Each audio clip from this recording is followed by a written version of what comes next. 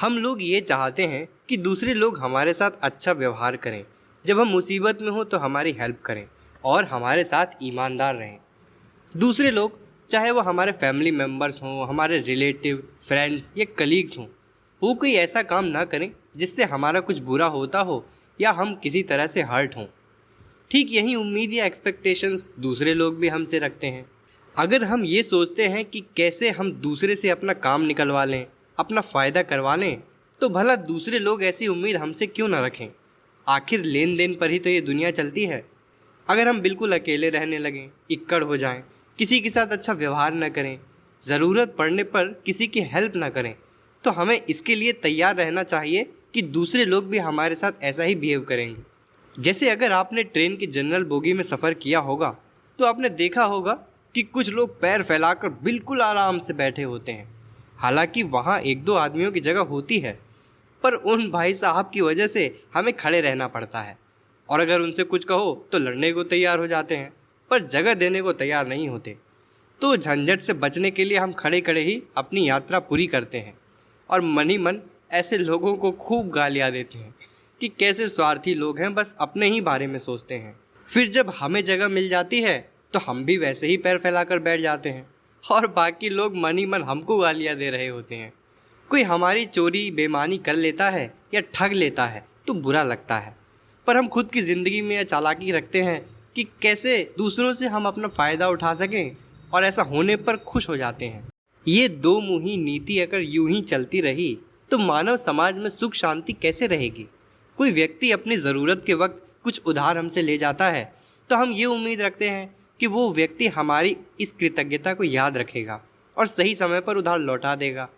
अगर सामने वाला उधार वापस देने में नखरे या बहानेबाजी करता है तो हमको कितना बुरा लगता है। अगर इसी बात को ध्यान में रखा जाए और हम अपनी तरफ से ऐसी गलती ना करें तो कितना अच्छा हो।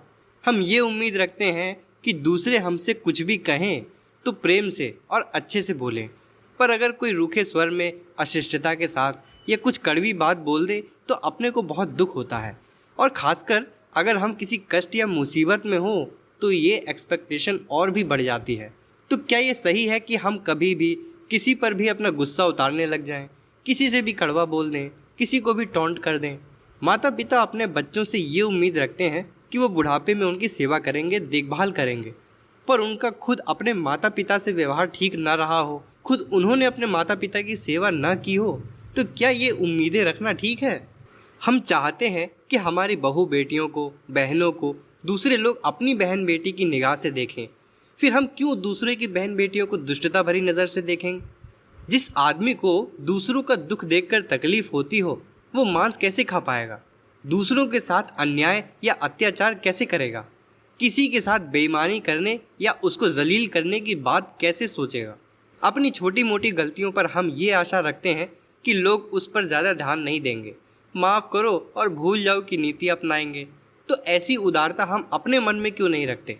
क्यों नहीं हम दूसरों से गलतियां होने पर उन्हें माफ़ कर देते हैं। कहा जाता है कि हमें दूसरों के साथ वैसा ही व्यवहार करना चाहिए जो हमें खुद के लिए पसंद है। हो सकता है कि कुछ लोग हमारी सज्जनता के बदले भी हमसे बुरा बर्ताव करें।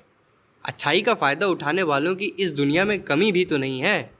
दूसरे हमारा फ़ायदा ना उठा पाएँ इतनी चालाकी तो हमारे अंदर होनी ही चाहिए, पर अपने कर्तव्य और सज्जनता को इसलिए नहीं छोड़ देना चाहिए कि समाज में जाने पर अच्छे लोग नहीं मिलते। बादल हर जगह वर्षा करते हैं, सूर्य और चंद्रमा हर जगह अपना प्रकाश फैलाते हैं, धरती माता हम सबका भार उठाती हैं।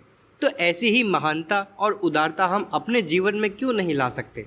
अच्छी प्रवृत्ति के लोगों को कई बार चालाक लोग ठग लेते हैं और उनसे उन्हें घाटा ही रहता है, पर उनकी सज्जनता से प्रभावित होकर दूसरे लोग जितनी उनकी सहायता या हेल्प करते हैं तो उस लाभ के बदले में वो ठगे जाने का घाटा कम ही रहता है।